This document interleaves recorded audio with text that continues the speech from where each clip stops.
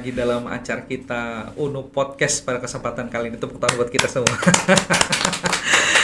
Oke, saya hari ini bersama dengan Yang Mulia Al-Ustadz Haji Aspiani. Kita hari ini belajar tentang bagaimana berkehidupan berkeagamaan. Beliau adalah seorang pendakwah yang mungkin sudah puluhan tahun malang melintang. Kenapa diundang ke NU? Nah, ini dia pertanyaan menarik ya, teman. Mungkin ini ada salah satu yang menarik bagi kita untuk kita menggali pengalaman, menggali tentang potensi kita, dan ini adalah merupakan khazanah keilmuan yang kita titipkan di YouTube serta yang pakai seperti ini. Oke, welcome please Ustadz Aspiani. Assalamualaikum Ustadz. Apa kabar Ustadz? Sehat ya. Alhamdulillah. Terima kasih telah berhadir di podcast UNU Kalimantan Selatan. Ini adalah podcastnya punya UNU. Kita akan membahas yang pasti ada penguatan tentang aswaja nanti. Oke, Ustadz. Kita perkenalan dulu boleh Ustadz kira-kira secara pribadi dan juga secara profesionalitas. Ustadz mungkin berdakwah dalam 20 tahun seperti apa Ustadz? Bismillahirrahmanirrahim. Alhamdulillah wassalatu wassalamu ala Rasulillah. Pertama terima kasih kepada podcast UNU yang mengundang saya pada hari ini. Sangat gembira bertemu dengan saudara-saudara, khususnya nanti pemirsa di YouTube yang mendengar, dan sekaligus mudah-mudahan apa yang saya sampaikan ini jadi manfaat dan sekaligus menjadi wawasan bagi kita semua. Bahwa perkenalkan bahwa nama saya Haji Aspiani Nur Hasani, alumni Universitas Islam Madinah, Fakultas Hadis, dapat gelar LC. Dan alhamdulillah saya dianugerahkan oleh Allah Subhanahu wa taala mulai sejak usia 3 tahun sudah diajak oleh orang tua umroh sekaligus tinggal di Mekah. Masya Allah. Jadi saya di madrasah ibtidaiyahnya di sekolah orang Indonesia yang didirikan oleh orang Indonesia, menjadi kebanggaan kita semua. Yaitu kiai-kiai dari NU. Saya masih ingat itu kepala sekolah kami itu Kiai Tahir Banten. Orang Indonesia setelah? Orang Indonesia semua. Jadi ada Kiai dari Lombok, Soekarno Wali, ada yang dari Madura, Kiai Johar, ada yang dari Banten juga, Kiai Kiai Dahlan dan yang lain-lain. Nah, sungguh sangat mewarnai hidup saya dari sejak itu. Kita waktu sekolah itu agak bingung. Bingungnya itu paman saya ini alumni Darussalam Martapura. Nah ini. Jadi Jarsidin baca kitab-kitab saya. Ini nakai Sigit Ikam belajar. Di sekolah aja untuk ujian, tapi pendidikan keluarga yang diikuti. Jadi kita pendidikan NU-nya. Nah ini dia.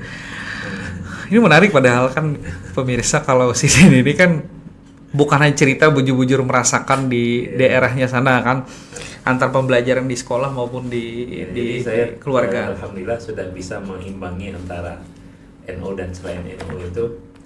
Yang jadi tantangan itu ketika saya di SMP-nya sekolah Darul Hadis Makkiyah. Kata orang-orang Mekah, khususnya orang-orang Banjar yang tinggal di sana, itu sarangnya Wahabi katanya. Sama ini baik kayak kira-kira. Kenapa ada sekolah di Darul Ulum aja kan? Darul Ulum yang sana yang SMP-nya yang didirikan oleh Kiai almarhum Syekh Ismail Padang. Agak lucu sih sebenarnya alasan ayah itu. Kata ayah, saya nggak punya uang kalau di sekolah di sini dapat beasiswa. Hanya sekedar itu. Alasan klasik Bang Wadah itu. Tapi menjadi istilahnya penyeimbang. Betul.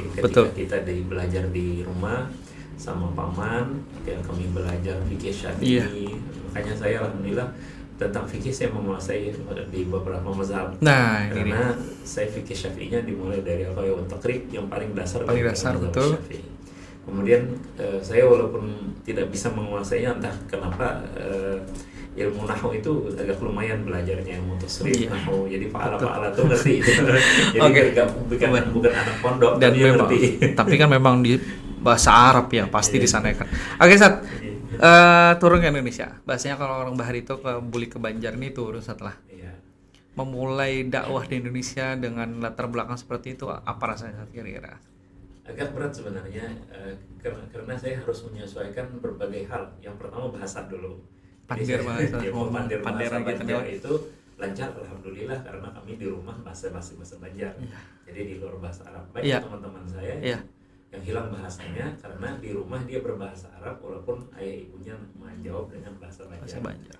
Nah, itu yang agak repot sedikit, tapi alhamdulillah saya waktu di Mekah itu sempat belajar dengan guru yang dedikasinya tinggi sekali dan punya tanggung jawab. Kata beliau, saya harus buka sekolah bahasa Indonesia, kasihan anak-anak kita udah bisa belajar nantinya. Jadi 2 tahun di sana itu menjadi bekal saya untuk bisa belajar bahasa Indonesia dan membaca bahasa Indonesia. Jadi memang transisi adaptasi di Banjar ini gitu. Kalau mau mulai dakwah Zat, kita masuk. Nah, ini masuk nurga dakwah gitu. Sisi dakwahnya tentunya dakwah Wahabiyah itu kan yang difokuskan adalah bagaimana menguatkan tauhid dan menjauhkan syirik. Dan tentunya gambaran-gambaran yang dinyatakan syirik itulah yang menjadi kita ini jadi beban dalam berdakwah, khususnya ketika kita ziarah ke Kalapayan. Saya melihat sikap-sikap banyak orang yang memperhitau abang, kemudian nyuruh apa gitu, terus doanya panjang, berkumat ke komit, tapi tidak ada satupun dari bahasa Arab yang saya paham. Waktu datang ke Banjar setelah. Jadi pertama kali itu bingung gitu. Terus berbaurnya Bapak Ibu gabung di kita karena ulama. Nah kemudian jadi seolah-olah kita itu protes dengan keadaan. Melihat pengemis itu di mana-mana, kejar-kejaran. Memang awal-awal kalau 2 daerah yang berbeda nih. Jadi seolah-olah menguatkan apa yang digambarkan oleh guru-guru kami dari mazhab Wahabi ini. Ini ternyata benar ya apa yang mereka katakan.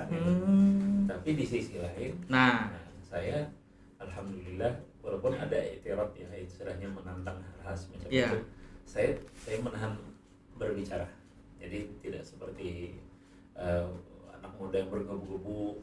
Jadi memang segala sesuatu kalau berbeda jangan langsung dikanter dengan ucapan lah. Tidak bisa dikatakan difonis lah istilahnya. Iya. Nah, karena kami di Madinah itu walaupun saya mengambil fakultas hadis dan studi Islam, kami belajar juga ilmu dakwah. Nah, belajar ilmu dakwah bahwa di dalam dakwah itu ada yang namanya prioritas al-aham tsumma muhim katanya. Yang lebih penting kemudian yang penting. Nah, yang lebih penting kita lihat adalah yang paling penting adalah orang Islam. Jadi lebih baik, ini kata-kata Ibnu Taimiyah yang dikutip oleh beberapa sumber, bahwa orang kafir dibandingkan orang muslim lebih baik orang muslim. Orang muslim yang bermazhab yang kita anggaplah dia sesat, ya seperti mazhab-mazhab beberapa yang kita anggap sesat, itu lebih baik dia sesat daripada dia kafir. Perbandingannya setelah seperti itu. Jadi ada urutan-urutannya. Jadi kalau misalnya ini dia bermazhab sesat, tapi dia muslim, ya lebih baik daripada dia kafir. Nah, kafir dasar kada Islam sama sekali lah. Tapi ini kada kau bang dianu lah pemirsa lain katakanlah ini kondisional. Amun buhan pian mumpati salah satu ini lain kisahnya. Ini bukan untuk diterapkan, tapi untuk pertimbangan. Jadi alat anunya. Betul. Tuasnya itu. Menimbang cara berpikir. Betul. Nah, jadi kalau misal artinya ketika kita hendak turun berdakwah, kan kita memberi solusi. Jadi kita kalau hendak tahu itu yang pertama kita identifikasi kita ini. Jadi kita lihat ini kelakuan orang kayak ini di Kalapayan, ada pengkultusan seseorang dan sebagainya. Nah, apakah ini bisa diajak untuk kembali? Bisakah mereka ini bisa disadarkan? Lalu yang menjadi pertimbangan berikutnya adalah selama orang itu fasik, ada tahu di Allah, ada tahu di apa, tapi dia masih bisa baca Fatihah, masih dia bisa sholat, itu udah lumayan. Makanya kata Fani Daud dalam budaya Banjar dan Islam. Jadi kata beliau, kita bersyukur sebagai orang Banjar, orang Banua lah, bahwa sepreman-premannya orang Banjar sepahit-pahitnya lah ya. Masih bisa dia sembako. Nah, ini dia. Tapi jangan jual lumbus selalu itu lah. Jadi harus tetap ada sedikit betul. Dan memang kenapa ulama itu tenang? Memang karena pandangannya ini apalah ruhamanya nih nah. Iya, jadi pandangan ini ternyata saya lihat itu KNU. Betul. Awalnya kita waktu di Madinah kita ketemu dengan teman-teman banyak yang istilahnya protes dengan ulama-ulama Indonesia khususnya yang di kalangan NU. Misalnya Kiai Hasan Basri waktu itu kan beliau sebagai ketua Majelis Ulama Indonesia. Wah itu Kiai menjilat itu ikut sholat terus. Ya. Tapi pada kenyataannya justru adanya kiai-kiai di sekitaran Pak Harto. Pak Harto itu menjadi sadar, akhirnya beliau mendapat hidayah Allah. Ya puncak hidayahnya Allah berikan kepada beliau berhaji tahun 93. Sebelumnya belum pernah lah salah. Pernah berhaji Burma nggak pernah. Dan saya salutnya pada saat itu hebatnya kiai-kiai itu dengan cara halus bisa membimbing Pak Harto itu untuk untuk istilahnya baik dengan orang Islam paling tidak, dan dia mendukung Islam dan terjadilah setelah itu gebrakan-gebrakan setelah dia berhaji, dia mengadakan takbir akbar di Monas, itu kan pertama kali di Indonesia. Oke. Ini sisi lain menarik Ustadz menyebutkan di situasi yang betul-betul memang lagi di dua pihak nih. Pada ketika Pak Soeharto ditolak oleh tokoh NU, oleh Gus Mus untuk tidak menjadi tokoh pahlawan, dalam satu sisi kebaikannya tetap ada. Ini bagaimana nih pemerintah saja lagi, karena ini dalam situasi penyebutan baiknya ada baiknya, buruk pun tidak terlepas dari hal itu. Tapi pada sisi baiknya Ustadz menyebutkan ini menurut saya sisi baiknya Pak Harto itu tidak lepas daripada pengaruh KNU. Jadi diantaranya Tarmizi Tahir sebagai Menteri Agama, diceritakan oleh Prof. Hafiz Ansari di perkuliahan beliau di S2.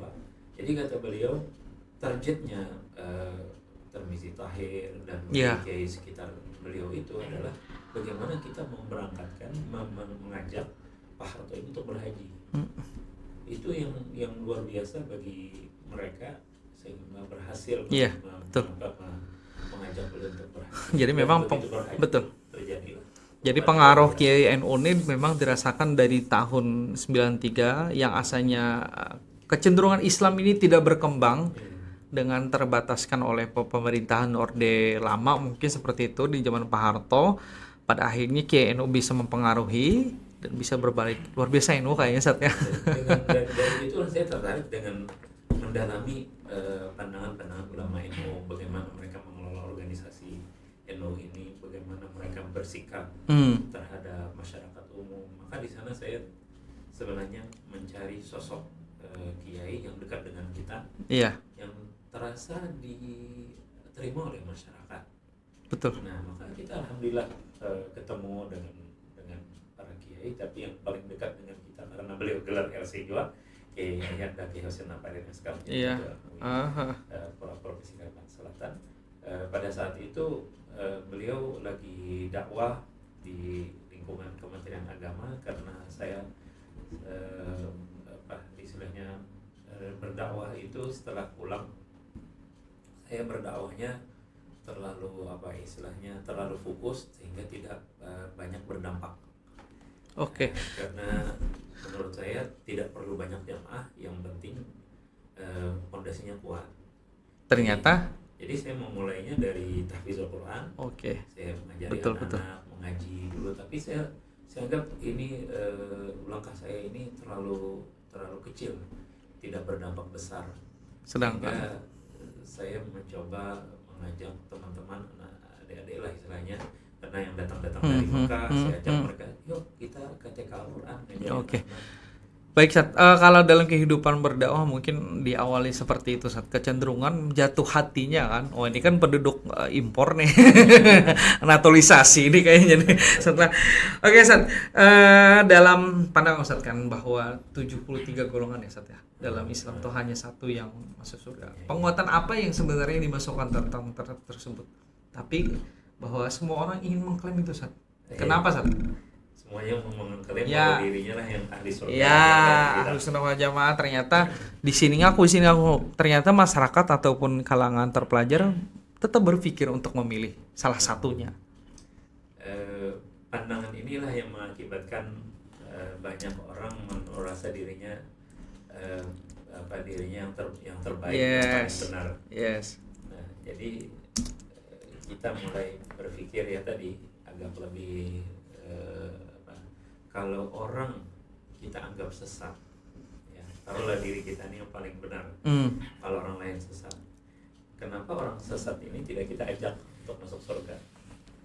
Jadi itu prinsip yang lebih bagus menurut saya dibandingkan daripada menolak orang, saya yang paling baik, yang lain sudah jahat, semua masuk neraka, saya aja masuk surga. Ini sampai Syekh Muhammad Al-Amin, seorang dai di Madinah Munawwarah, beliau menantang daripada pandangan-pandangan umum yang mengatakan bahwa orang-orang ahli bid'ah itu tidak boleh kita berteman dengan mereka, tidak boleh kita menyapa mereka, apalagi duduk di majelis mereka, memakai ayat-ayat tentang orang kafir sebenarnya. Jadi kata beliau, nah surga itu luas. Iya betul. Bukan untuk kamu saja kata beliau, atau kelompok kamu. Kenapa nggak diajak aja orang lain? Kan surga luas. Kan kita ajak. Nah, biar dia bersama-sama kita masuk surga. Ngapain kita memenuhi neraka, penuh orang di neraka, nanti sepi di surga. Memang kebencian itu dan sesama Islam itu tumbuh di hati, ya. Apalagi sekarang ini kan media sosial. Kalau kita bicara media sosial, mereka berlomba-lomba untuk mengisi dunia maya dengan pemahaman seperti itu. Itu untuk propaganda kan, Sat, tujuannya dan menyebarluaskan kemampuan itu, Sat. Dan itu memang terlihat mewah. Kenapa dibikin secara menarik, Sat? Sebenarnya itu ajaran doktrin. Doktrin, Sat, ya. Jadi doktrin itu mengakibatkan orang yang didoktrin menjadi keterbatasan wawasan. Makanya seperti Universitas NU ini kan membuka wawasan. Jadi kita wajib kuliah. Kenapa? Untuk membuka wawasan. Tidak agama. Kita sekolah di SMA atau aliyah, kita terbatas hanya pendapat guru kita. Betul. Jadi apa yang diolah pengetahuan oleh guru kita dari dia membaca, menyimpulkan, terus dia menyampaikan ke kita hanya memandang di sana aja. Oleh karena itu, waktu kami kuliah di Madinah pun banyak pandangan-pandangan yang luas membuka wawasan ini. Jadi ada cerita teman dari Komoro, Afrika Barat. Dia bilang, kita ini harus buka wawasan. Kita tidak boleh seperti si buta yang istilahnya si buta ayam jago. Kenapa sebenarnya buta ayam jago? Jadi katanya ceritanya perumpamaan ini ada orang buta dari lahir. Kemudian ketika dia besar, satu saat Allah bukakan matanya. Dia lihat, pertama kali dia lihat ayam jago. Lalu butakan lagi, butakan Allah lagi. Jadi dia segala sesuatunya jadi standar dia itu ayam jago. Jadi kalau orang bilang burung merak itu cantik, indah sekali bulunya, pasti dia nanya, apakah lebih indah daripada ayam jago? Karena tolak ukurnya ini bujur. Jadi orang bilang gajah sempit besar, apa lebih besar dari ayam jago katanya.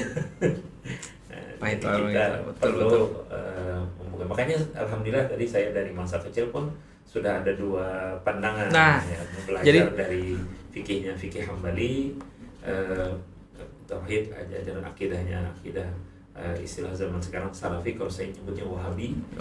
Terus kita ada pandangan mazhab Syafi'i, kemudian kita istilah kita Aswaja atau Ahli Sunnah.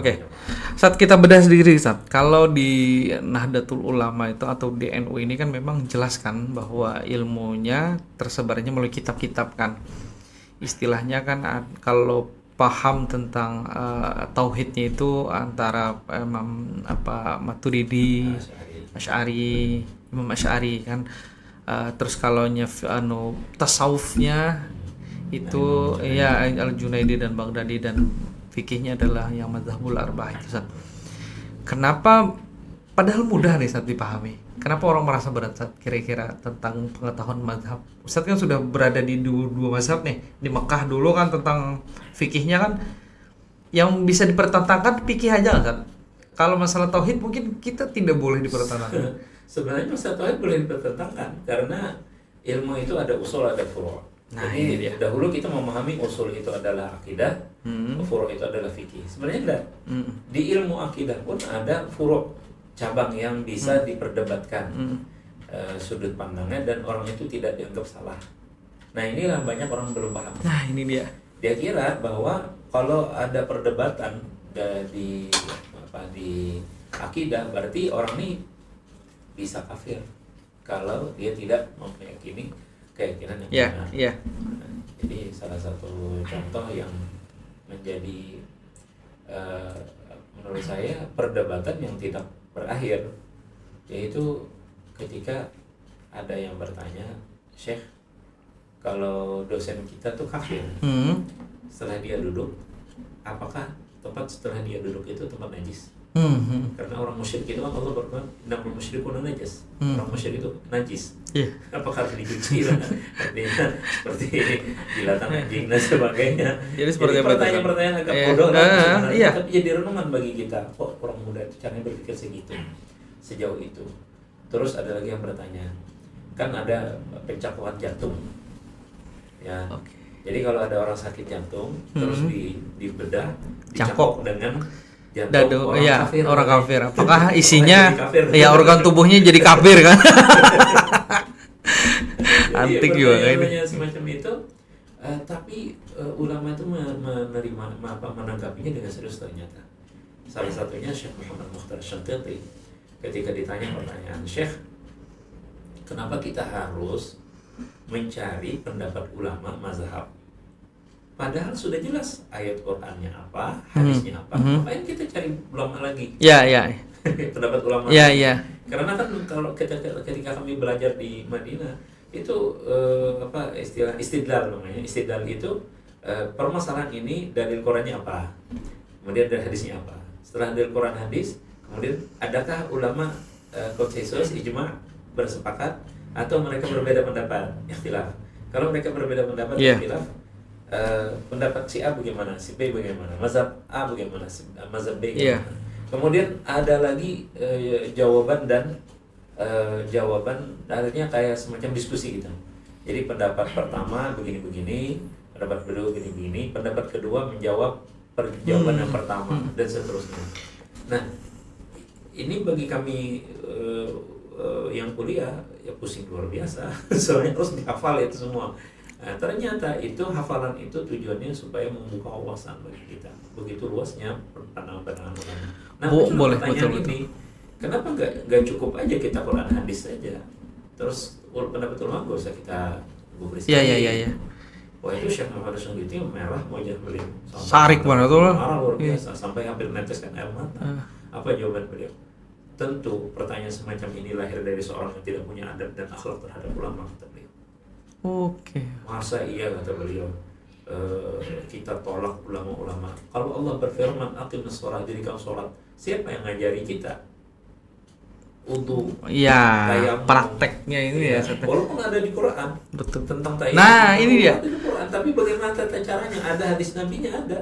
Tapi bagaimana kita mau lihat pelaksanaannya?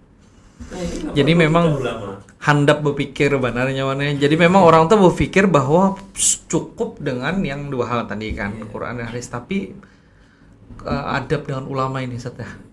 Walaupun kaum Wahabi itu punya prinsip bahwa kita Quran harus kembali kepada Quran dan Sunnah.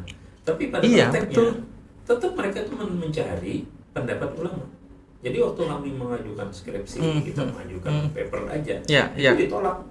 Mana pendapat ulamanya? Kok sesuka-sukanya kamu? Kok beraninya kamu mengatakan kultu itu kan menurut saya. Ujar kita ya Allah. Menurut hemat saya itu dilarang.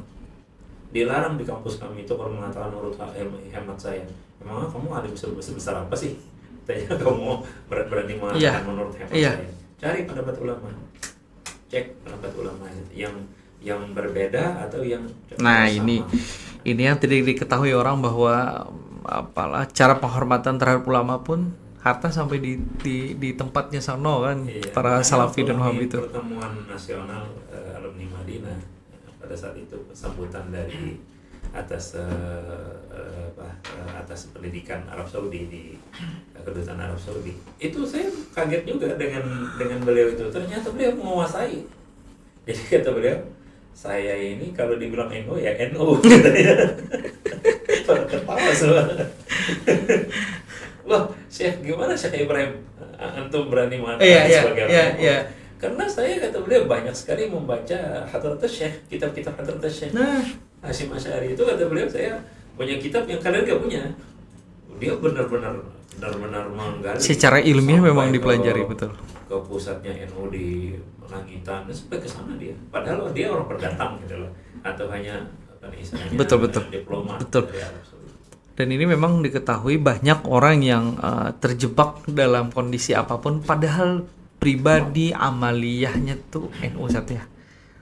Dan kenapa sekali riset di pertanyaan luar juga kan, di masyarakat sekarang ini kan cukup mudah terjerumus Mbak, dan diwarnai oleh keadaan Islam yang dianggap NU sulit, Islam yang lain padahal itu mudah, padahal tidak seperti itu kan. Islam tuh semuanya sama kan.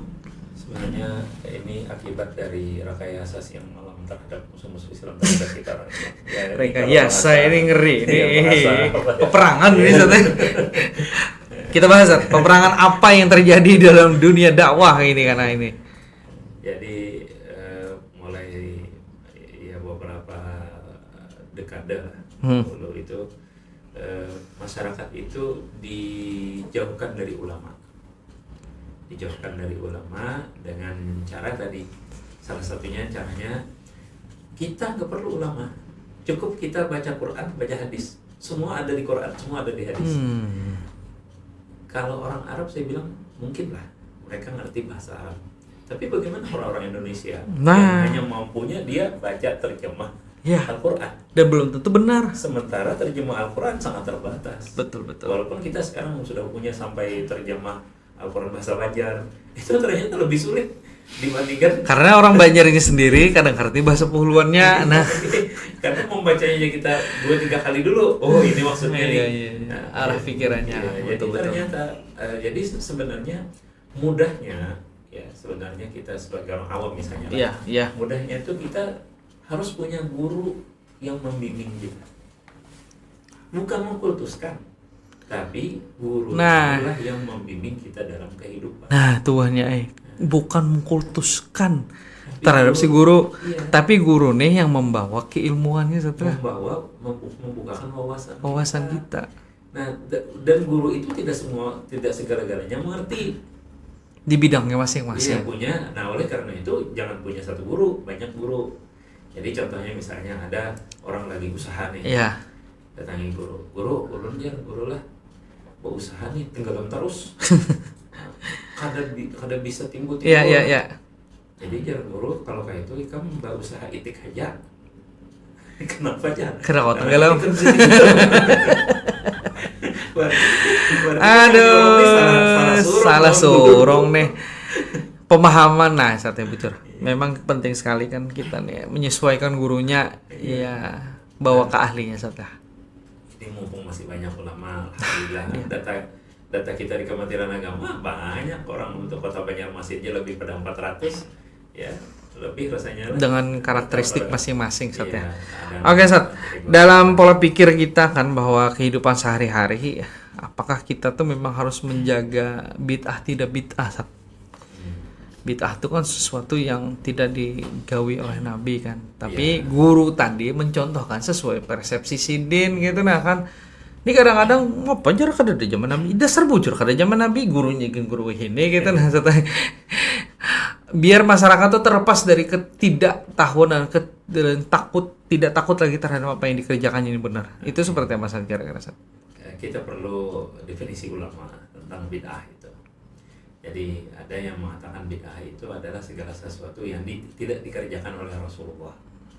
Nah, jawabannya tidak tepat ini. Definisi ini tidak tepat. Tidak tepat Sat? Ya, kenapa tidak tepat? Nabi kada pernah naik pesawat. Iya, satu. Nabi kada pernah punya universitas. Dua, banyak hal lagi lah. Iya. Nah, jadi apa yang dikerjakan Nabi kerjakan, apa yang dilarang Nabi jauhi. Nggak bisa juga ini menjadi kaidah. Kenapa? Karena sunnah nabawiyah dan spesialisasi saya itu, hadis Nabi itu tidak semua yang dilakukan Nabi boleh kita kerjakan, tidak semua. Di antaranya Nabi punya istri 9, kita nggak boleh. Nabi kan punya khususiyah namanya. Khususnya. Nabi menikahi seorang perempuan, ya, tanpa wali, yang disebut wahibah nafsaha. Jadi perempuan datang, ya Rasulullah, nikahi saya. Itu boleh Nabi. Tapi bagi umatnya nggak boleh. Nah ini nih. Jadi tangan bawahnya lah, bawali. Harus ada wali. Iya. Makanya kita di KUA itu kan agak repot, nunggu dulu sampai pengumuman di betul, sampai datang walinya.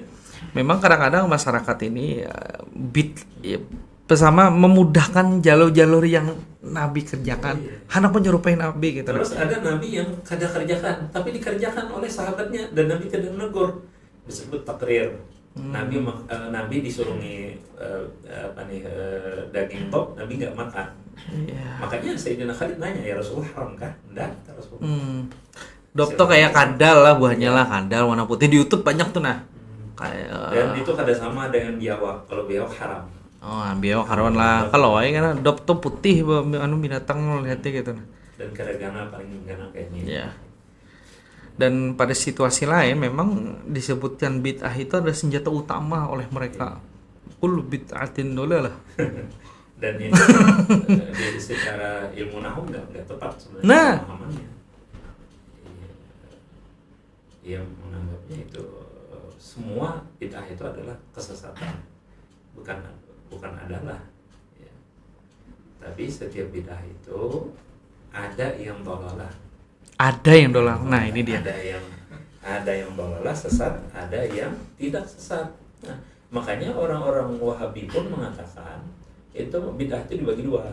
Ada bid'ah dunia, ada bid'ah agama. Nah, bid'ah dunia seperti mobil, pesawat, ini kita meja, mikrofon dan sebagainya. Betul. Nah, terus bid'ah agama katanya adalah yang berkaitan dengan agama dan agama tidak mengajarkan dan tidak masuk dalam agama sebenarnya tapi dikatakan agama. Nah, inilah yang sulit di istilahnya di definisinya ini sulit diterapkan. Lalu mereka memahami, oh Nabi kada pernah maulid. Kenapa kita maulid? Nah, kalau apakah maulid itu baik atau tidak? Nah, kalau baik pasti Nabi kerjakan. Ini logika semacam ini itu bisa diterapkan di lain. Ya, pertanyaan misalnya, apakah kita kuliah di universitas itu baik atau tidak? Jawabannya pasti baik. Pasti baik. Karena apakah dari zaman Nabi? Itu pertanyaannya gitu. Apakah Abu Bakar itu LC, doktor, profesor? Nggak ada. Tapi dalam Islam sahabat itu lebih tinggi dari segalanya itu. Segalanya pangkat sih. Itu. Bahkan kita anggap lebih daripada wali. Wali Allah. Karena mereka radhiyallahu anhu. Nah. Allah telah ridha kepada. Dan memang pemahaman bid'ah ini memang harus diperjelas seperti itu. Ulama-ulama khususnya di kalangan NU menjelaskan bahwa bid'ah itu dibagi dua, bid'ah hasanah, bid'ah sayyi'ah. Bid'ah itu ada yang baik, ada yang buruk. Nah, bid'ah yang baik seperti Sayyidina Umar mengusulkan kepada Sayyidina Abu Bakar, ini 20 orang, lebih 70 orang para hafiz Quran ini meninggal dunia. Saya khawatir jangan-jangan nanti mereka sudah pada meninggal. Kada ada lagi yang hafal. Nah, bagaimana caranya supaya dihimpunkan catatan-catatan yang tertulis, dihimpunkan dalam satu buku, dicek oleh para penghafal. Cocok nggak ada ini? Nah, itu kata Sayyidina Abu Bakar, demi Allah Rasulullah nggak melakukan itu, saya nggak mau. Sayyidina Umar mengatakan itu hal yang baik. Dia diskusi lagi, itu hal yang baik. Akhirnya beliau terbuka hatinya. Jadi memang di zaman Nabi itu ada tawar menawar katanya. Iya, setelah Rasulullah wafat. Padahal itu sudah sempurna agama kan. Iya. Nah, kalau kita bilang sempurna itu berarti tidak ada tambahan lagi. Kenapa Sayyidina Umar mengusulkan Abu Bakar untuk membuat mushaf? Ya, menghimpunkan itu. Kemudian di zaman Sayyidina Utsman tidak menambah Quran, cuman merangkumkan untuk menjadikan mushaf Quran. Dari satu catatan sekaligus dicek oleh para penghafal. Sehingga Al-Quran itu sampai ke kita itu menjadi dua jalur, jalur tertulis dan jalur mendengar. mendengar dihafal. Nah jadi dan itu turun-temurun terjagalah Al-Quran Karim secara mutawatir, yang kita bisa buktikan ketika kita berumrah, kita diselamani oleh orang putih-putih, gemuk-gemuk. Dia bilang assalamualaikum, kaget kita, oh wahai cung, kum. Nah, ternyata dia orang Turki. Lalu kita bilang alhamdulillah rabbil alamin. Ternyata dia nyaut ar-Rahman ar-Rahim. Malik yaumiddin. Enggak pernah ketemu dengan guru kita, enggak pernah. Oke. Jadi memang orang Turki pakaiannya sama.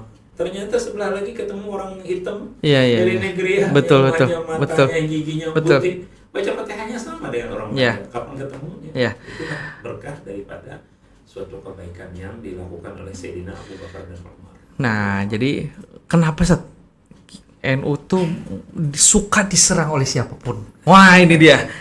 Perih nih katanya. Orang suka nyerang katanya gitu nah. Dari segala bid'ahnya tadi, ini. Kenapa orang ketujuh untuk melemahkan NU? Ada apa dengan NU ini? Karena memakai bid'ah sayyi'ahnya. Jadi dia menganggap bahwa NU itu adalah bid'ah sayyi'ah. Bid'ah sayyi'ah itu artinya ini kita habis kematian bertahlil sampai 3 hari, kemudian ada 25, ada 40, ada 70, ada 100. Saya lama nih gak ketemu artinya jawabannya. Oleh karena itu saya kaji lagi ke sumber NU-nya sekali. Jadi ada ADRT NU dan sebagainya, alhamdulillah ketemu. Jadi ternyata bahwa kita tahlilan itu kan ada 2 sisi. Sisi baca bersama, sisi makan. Yang dikatakan bid'ah itu adalah makannya. Kita kalau habis orang meninggal, kalau makan di rumahnya, berarti kita memakan harta anak yatim. Bagi orang itu dianggap sayyi'ah. Iya. Jelek lah. Nah, jadi masa kita membebani orang mayit, orang-orang keluarga mayit, kita dikasih makan.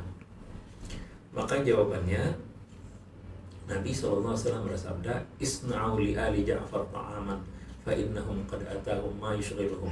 Ketika Sayyidina Ja'far bin Abi Thalib wafat dan Nabi melihat dia di surga terbang dengan sayap yang masih bertetesan darah, Nabi meminta kepada sahabat-sahabatnya agar dibikinkan makanan untuk keluarganya.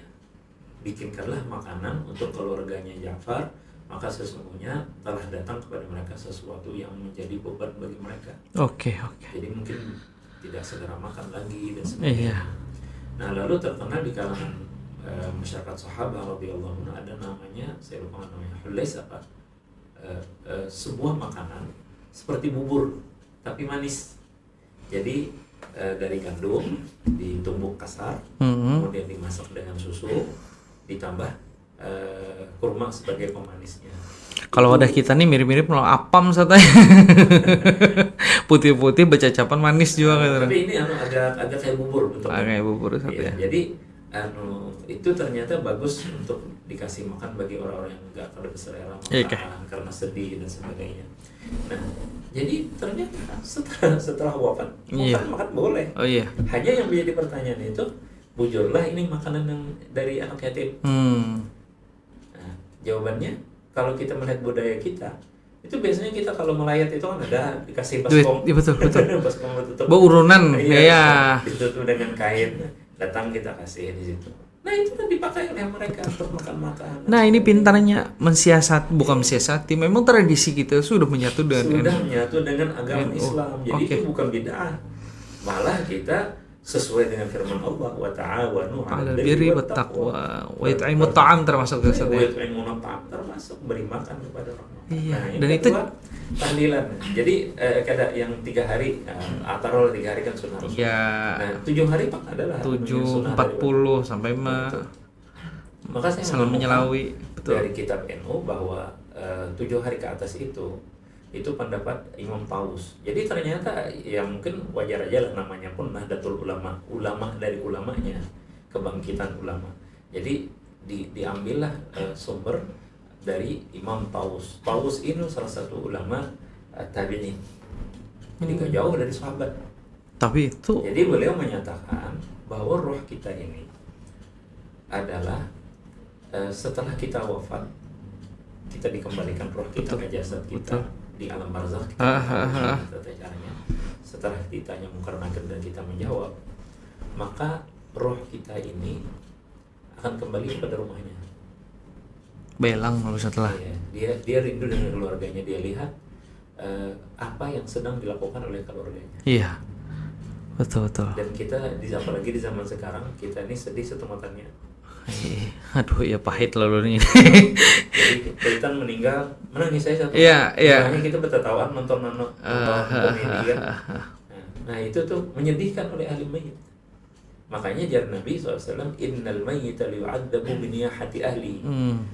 Hadis sahih ini, bahwa orang yang meninggal dunia itu, mayit itu disiksa dikarenakan niyahah keluarganya. Niyahah itu apa? Meratap, marah-marah. Kenapa Tuhan jadi takdirkan ayah dan sebagainya. Nah, bagaimana disiksa padahal bukan dia yang melakukan. Maka jar ulama bukan disiksa karena dia berdosa, tapi dia tersiksa. Dia disiksa oleh keluarganya sendiri karena dia sedih melihat itu. Oh ini dikomentari, oh berarti roh kita ini jadi gentayangan ya. Itulah alam barzakh yang tidak bisa kita nalarkan, karena itu bagian daripada ilmu gaib. Betul. Sesuatu yang harus kita percaya terjadi saatnya. Terjadi tapi kita tidak bisa membuktikan. Bila membuktikan, coba ya dulu ya. Tapi subhanallah, kita menemukan ada laporan dari 2008, nggak ada salah di Jerman atau di Inggris, penelitian bahwa orang yang meninggal dunia itu dengan waktu yang lama masih mendengar. Unik gitu. Jadi kalau orang itu, kita datang ke kubur, kita baca Yasin, ya itu mendengar. Dan secara ilmiah bisa dibuktikan. Wah, aneh itu. 2008 baru berarti lah. Yang mutakhirin sekarang ini. Tapi pada intinya apalagi itu orang tua sendiri kan yang memiliki ada telepati hati dengan kuitan lah. Jadi penghargaan terbesar kita sebagai seorang muslim. Kalau begitu kita memelihara kesedihan. Memang sedih itu dilarang? Nggak ada. Sedih itu tidak dilarang karena itu adalah suatu yang dititipkan Allah pada hati manusia. Naluriahnya ada.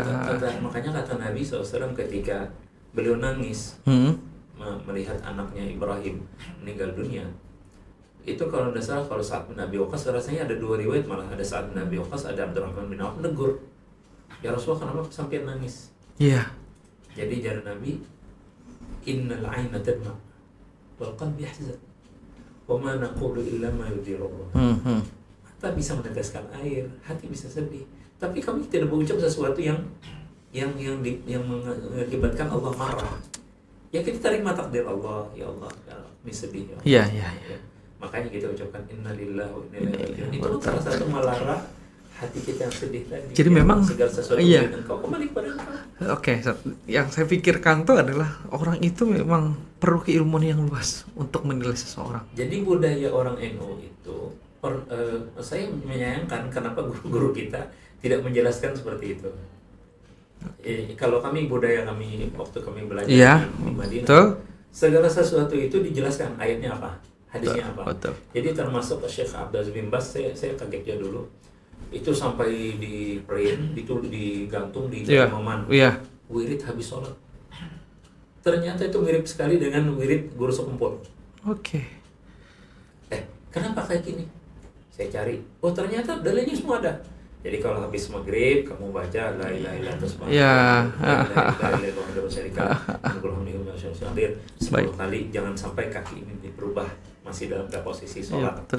Itu ada riwayatnya, dan silahkan Anda buka dalam kitab Al-Azkar. Dan memang dan itu sahih semua Ustaz. Ustaz, dengan sisi terakhir ini saya akan menanyakan bagaimana dalam perbincangan kita yang mungkin agak kiri kanan atas bawah mari belakangan. Ustaz, dalam kehidupan saat sekarang ini apa yang perlu diselamatkan dalam generasi ini, Ustaz? Karena generasi yang akan datang ini kan akan menghadapi dengan zaman yang berbeda dari saat sekarang ini. Apa yang perlu disiapkan oleh mereka semua? Ustaz.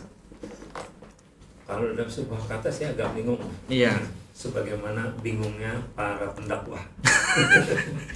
Yang bilang tauhid dulu, akidah dulu, keyakinan dulu. Kawan-kawan kita dari Salafi lah.